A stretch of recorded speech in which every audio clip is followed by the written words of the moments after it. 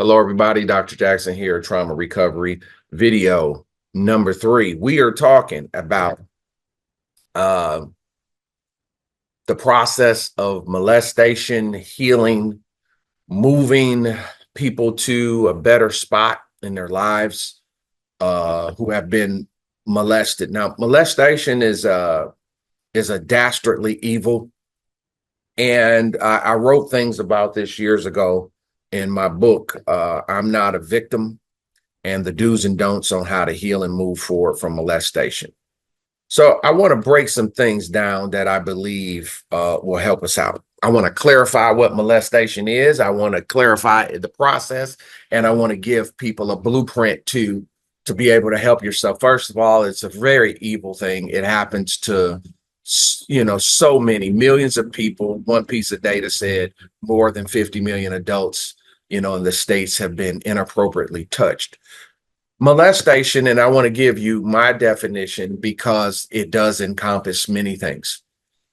Molestation is not singularly an adult having penetration, sexual contact with a male or female. That's not singularly that. Molestation also includes you can mentally molest someone with things you say to them and make them think sexually wise. It can come with exposure to pornography at being shown it at young ages, exposure, comments being made to you, being made to feel uncomfortable. I can remember one of my colleagues that was touched as a child. She's obviously older now. I used to highlight about how her uncles would reference her body parts and how, I guess, advanced or how her body was looking like an adult as a kid, and it used to make her feel very uncomfortable. That is molestation. That's sexual abuse. See, and that's the thing we need to understand. Sexual abuse has been so rampant in many communities. It's just like a part of the culture. And because we have not known how to deal with it, it has crossed generations. And I would now give you so once again, as the therapist, not a person that's speaking and podcasting, as therapist, I have had in my career 30 plus years, and I'm a young guy, started young. I have had, and I've always kept record of it, but I can safely say there's been over 100 people in my career that I was the first person that they ever told that they were molested. Now, this is whether it was a professional, this is whether this was a kid, one of my kids in junior high or high school, one of my students in high school. I was the first person they told, right? So they chose me to share the trauma. So what does that mean? That means I created the environment where they felt like, hey, it's safe. He's the guy to tell. And they knew I would know what to do. In every situation, it's things that the person, the victim, the person who was victimized has to understand. So by the data, we looked at that the majority, I mean, a good percentage, about 30+% of sexual abuse is never reported, right? There are more males that I can see that people ask me, who do you think gets touched more, boys or girls? I can say without equivocation, it's definitely more males. But they're definitely not telling. See, remember, with sexual abuse, you have to report. This is why this is an evil thing. This is why this is not opinion. This is why it's a way. This is what I'm giving us. I'm giving us principles to heal and flush trauma out. It's not an opinion. It's not religious theory. You can't play that game. People have to know what to do because this is a violation of the human spirit and human body. And there's some things you've got to understand, or you will literally travel molestation principles over to the next generation in your family. And some of the gruesome stories that I have been told I'm thinking one immediately comes to mind. I have one of my high school students. Uh, this is a kid. This kid never talked to me. She's a senior, never talked to me. Said hi, bye, but she never came to my office. And one day I'm there after school, and she comes back there and just sits down. And I'm like, what's going on? It's weird because she doesn't talk to me. Like she doesn't come to my office, but she came this day. And she just rolls it out. She said, what you were talking about today at group. And what we did was a lot of social classes at our high school where we talked about, real mental health issues and trauma issues. And I would always give kids, understanding of trauma and understand. I want them to be able to identify it and start to release that stuff from their space. She came to the back and she said her uncle uh, had been touching her since she was a little girl. And she's 18, so this is a different than like a student, a non-adult coming, because that comes with responsibility. But I'm dealing with an adult. And she said her uncle used to touch her, and she said she lived with her grandma, and she said, well, okay. She told her grandma one day, because I apparently that's what I was talking about today. And she said, well, I did share it with my grandma. And she said, my grandma said, well, don't you tell your mother because she's gonna come over here acting crazy and causing problems. Now, you would think if a kid tells you, like, hey, I'm being touched or somebody's looking at me, you would at least look into it, right? I'm prompted of another story to that effect.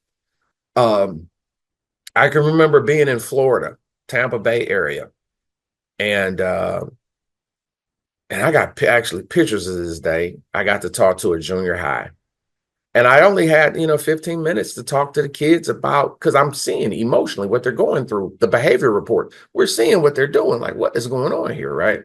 So, principal, I'm there that day. I'm talking to staff after school, talk to the kids, doing assembly in the gym, and I'm telling you, I was not 3 minutes into where I was going, and I got to talking about parents and stuff like that.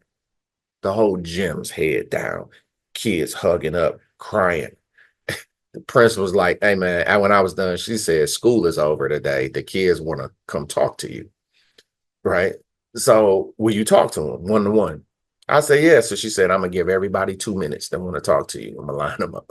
Crazy.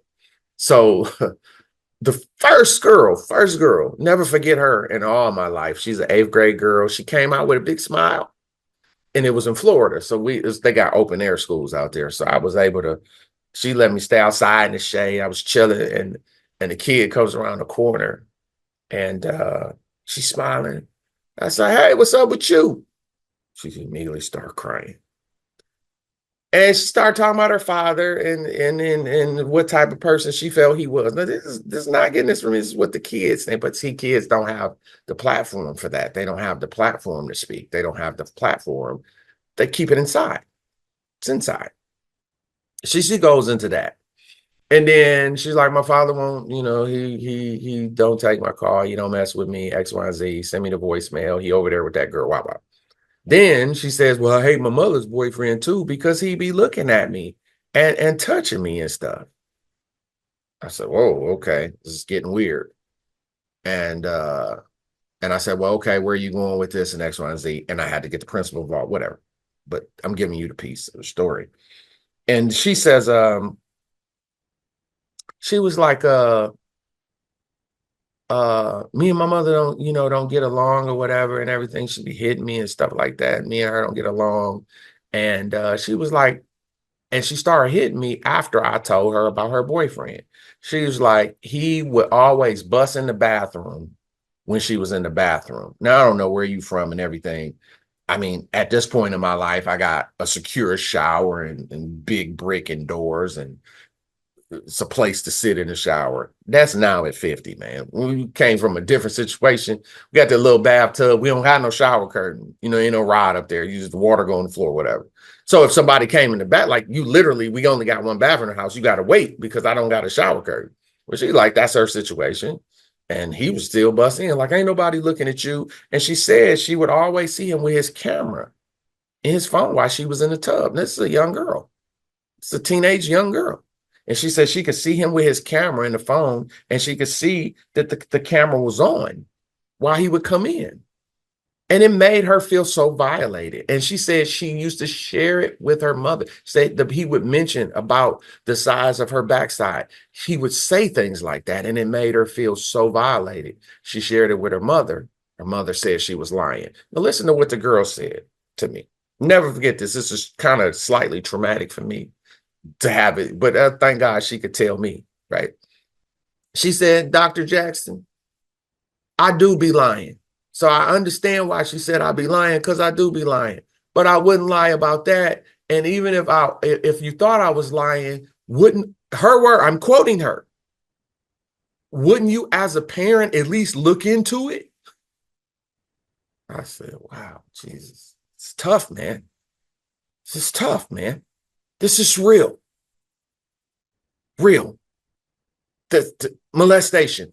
And it is more than just people penetrating people, touching people physically. It is more to it than that. And this is something we've got to understand. And it happens to males and females. Most of the abuse is going to come from people that you know. And I have had the experience in my career in working on the sex offender unit at a juvenile program. I've had that privilege to do it, and had also with the probation program, the parolee program, had a chance to work with the guys and get to know the guys, clinically speaking, that were coming out from sexual abuse cases. And it is something. There's a story.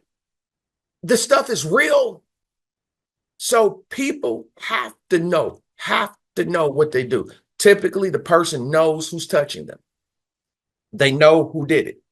And so now it becomes where we have to learn, give the people the tools to confront molestation. That's why we're here. So I call it the 8 do's and don'ts. Raise your hand if you're still with me.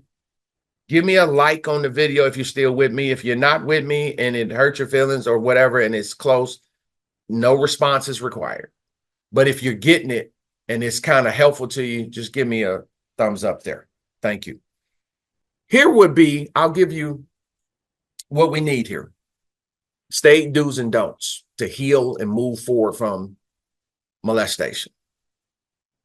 The first one, which is so important, is don't keep it in your head. So if it happened, this is not I want it to go away. I don't want to talk about it. See, I understand the premise of, I understand you're not ready to talk about it. But that's why a big principle that I live by is the ability to journal and write things down. I can't keep this in my head. This secret, I can't keep it in my head because I'm going to go crazy.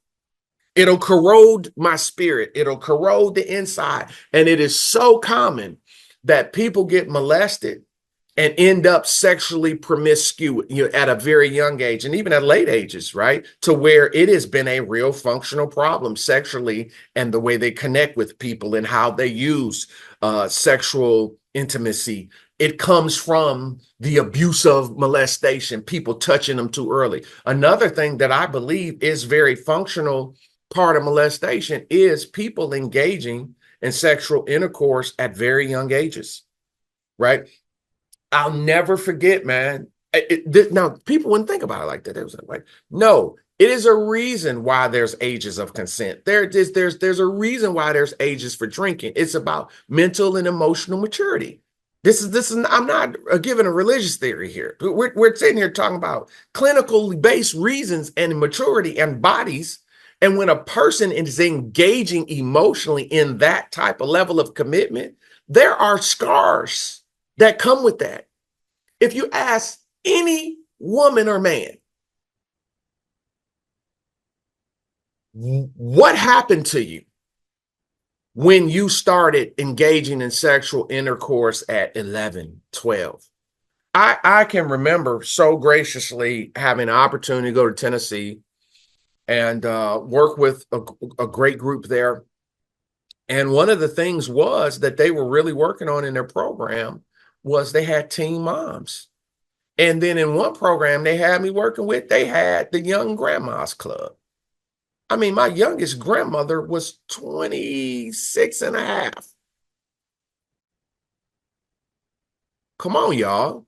Like I said, we just to keep foolishness going and keep people getting hurt. That's not what she wanted for her life. Things happen. There are things that are going on that the person does not know how to address the trauma. So the trauma keeps happening.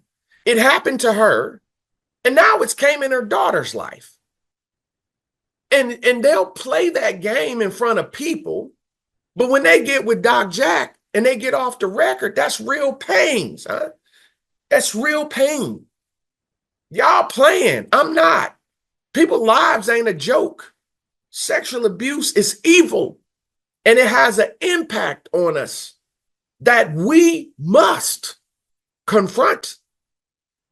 Evil, these evil people touching children, this evil spirit that's coming to take a virginity of a male and a female, and it's like it's no big deal.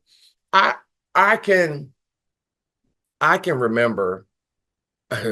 So people say he has his list of words, but I can just immediately came to my head.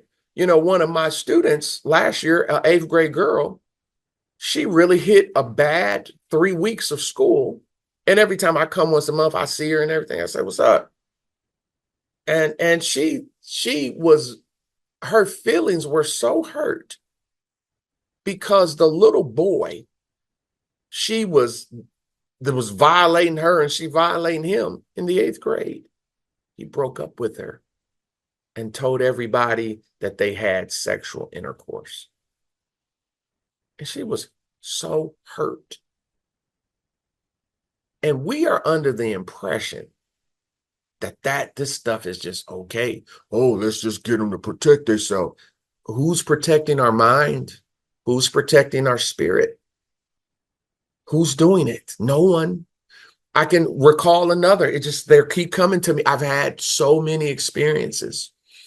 I remember talking about molestation with a group in the Cleveland, Akron area. And it was a junior high group of kids. I'm not there to talk to them about that, but whatever reason, you know, I don't know why I felt the need to do it. I came up and I did it. And I said, I need to let y'all know about the truth about molestation. It's not appropriate for somebody to be looking at you, sending pictures of your body, and that stuff's inappropriate. You know, people touching on you, and why do you have these feelings? You know, adults, you know, touching you, and a guy that's 10 years older than you, and you 13 and you 16 and he's 20. Come on, man, stop. And when I had that group, I asked for feedback at the end, and the young lady, it was so scary. I went around, and the number one thing that the girl said as a takeaway, I now know it's not my fault. Now, I didn't know what they were talking about, but I knew what they were talking about. But that's what they took from what I'm talking about. And one of the major things is, as you see there in number 3, don't blame yourself. It is never your fault that somebody sexually took advantage of you. And I can tell someone. Now, the key with that's a tricky one, because typically, like, as I said about another student, she told her grandma. We would think that would be the person to tell. Well, the grandma said, don't tell your mother, don't tell your mother, don't tell nobody, and if you don't tell nobody about the business going on in my house. You see what I'm saying? So I should say here, you got to find the right person to tell, because if you tell the wrong person, it'll get worse. Okay, so that's the clarification there. Don't blame yourself. It's never your fault that someone sexually abuses you. It's never your fault that somebody's touching a baby. There's never your fault that somebody's fondling a young girl, a teenage girl, a teenage boy. It's not your fault that someone is doing that. It's not your fault. Now, just angrily, a situation came up. I remember talking to a colleague that's very accomplished. And I don't know why we were talking about sexual abuse at their school. She came up to me after staff left in tears.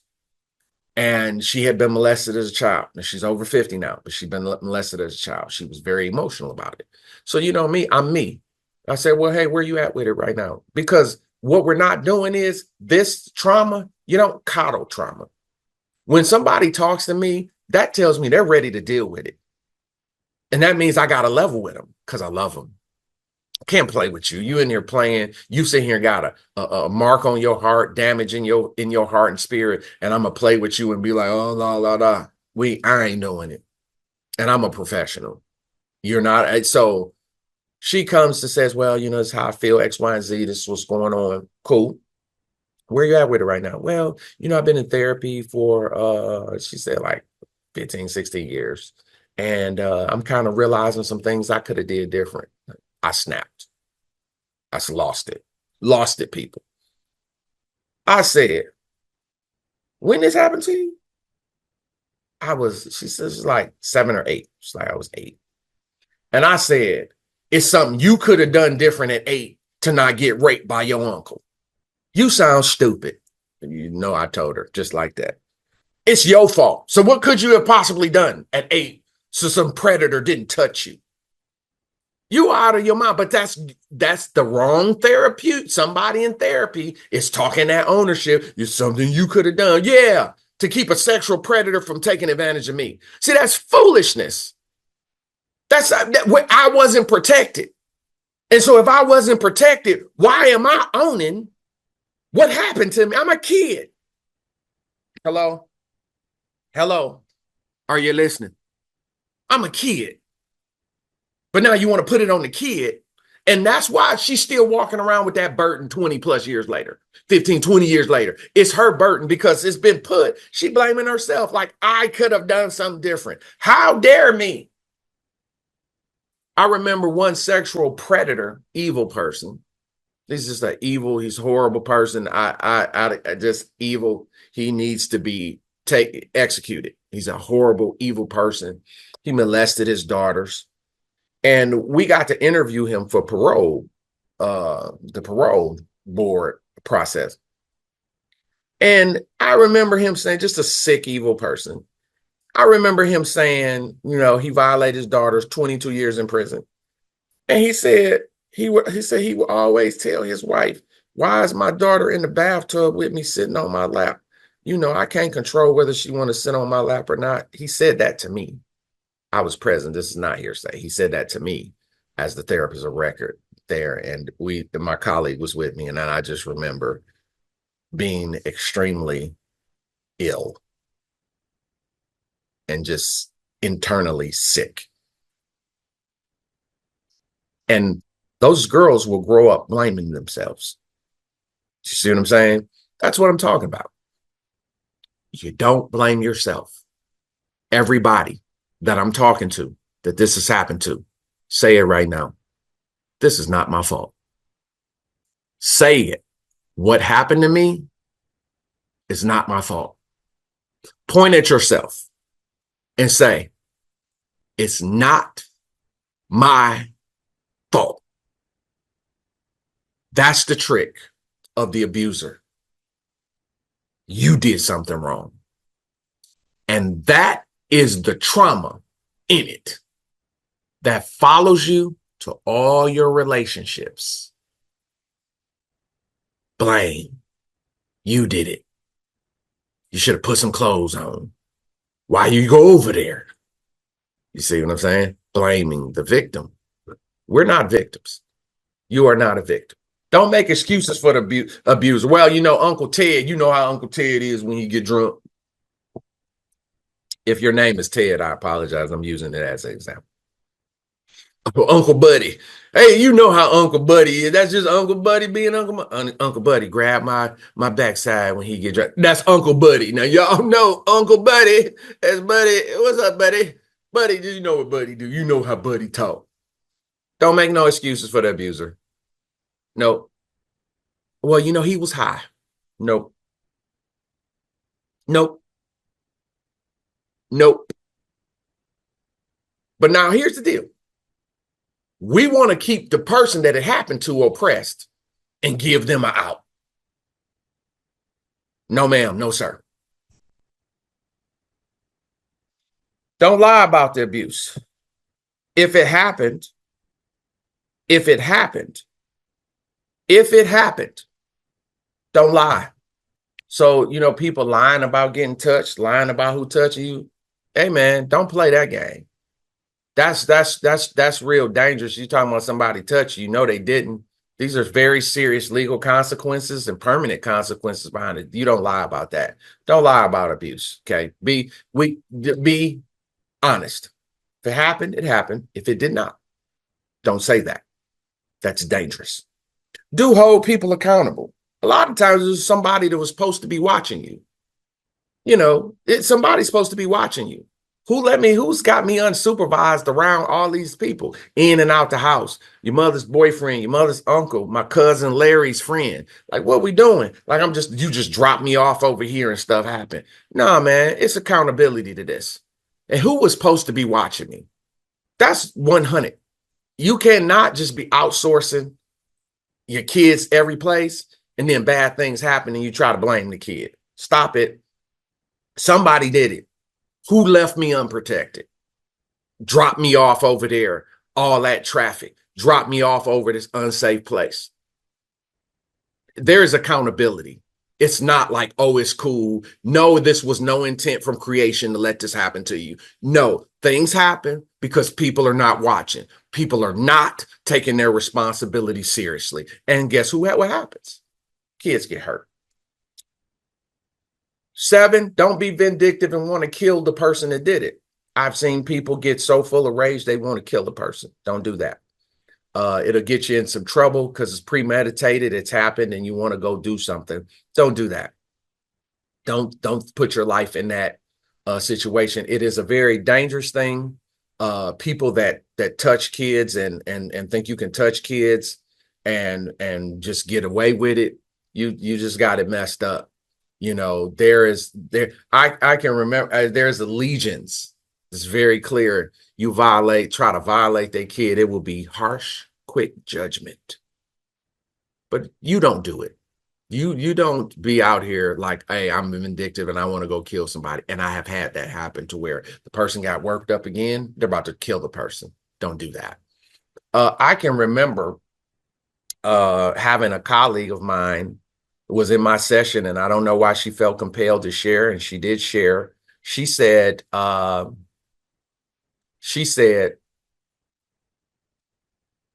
she was touched by a family member, and she just lived with it for years because she didn't want to tell her father because she knew her father would kill him.